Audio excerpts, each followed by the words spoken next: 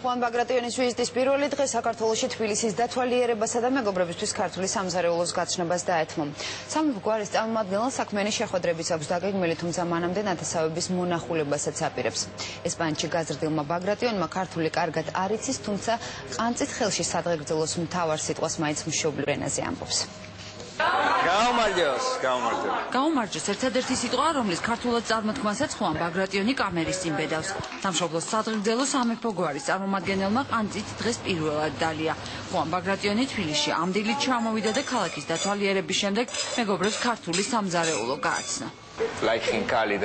ჩემი ყველაზე საყვარელი კერძია ხინკალი, მომწონს ქაბაბი და ხაჭაპურიც. ძალიან გამიმართლა. ჩემი მეგობარი ნათია ჩემთან ახლოს ცხოვრობს და ქართული სამზარეულოთ იმანებიურებს.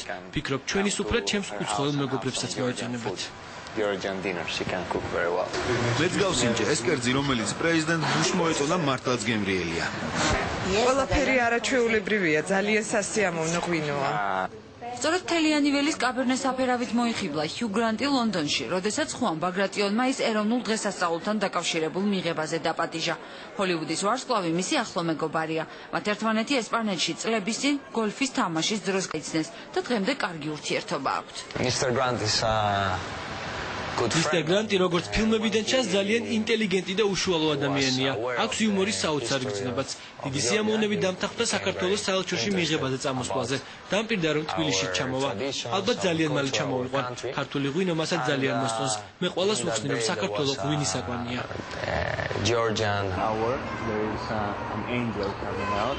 ჰიუ გრანტი ჩამოსვლამდე კი თბილისის ქუჩებში ხუან ბაგრატიონი ესპანელ, ირლანდიელ და ქართველ მეგობრებთან ერთად სეირნობს.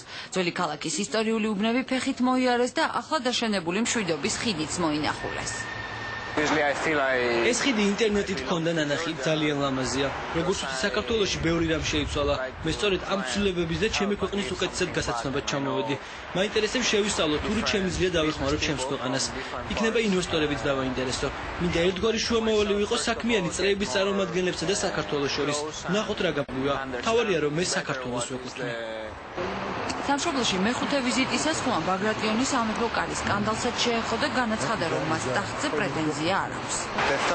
უცხოელად გეტყვით, ჩემთვის ტახტი მეორე ხარისხოვანია. მე აქ ამისთვის არ ჩამოსულვარ. მაინტერესებს უკეთესად გავიცნო ჩემი ხალხი, რომელმაც ასეთ თბილად მიმიღო. დღევანდელი დილა სამეფო გვარის წარმომადგენელმა მარტოხელა მოხუცების მონახულებით დაიწყო. ბაგრატიონთან მემკვიდრე ესპანეთის ქალაქ მარბეაში იმ ქართული საქველმოქმედო ორგანიზაციის საპატიო თავმჯდომარეა, რომელსაც ასევე სამეფო ოჯახის წარმომადგენელი ნათია სტიუარტ ფოქსი ხელმძღვანელობს.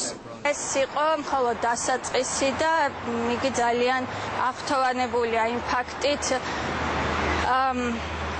და შინაგანად შეძრა იმ ფაქტმა, რომ საქართველოში პირადად მოუხდა შეხება და დანახვა იმის, რაც მან დღეს დაინახა ფონდი ვიქტორიას უფასო სასადილოში.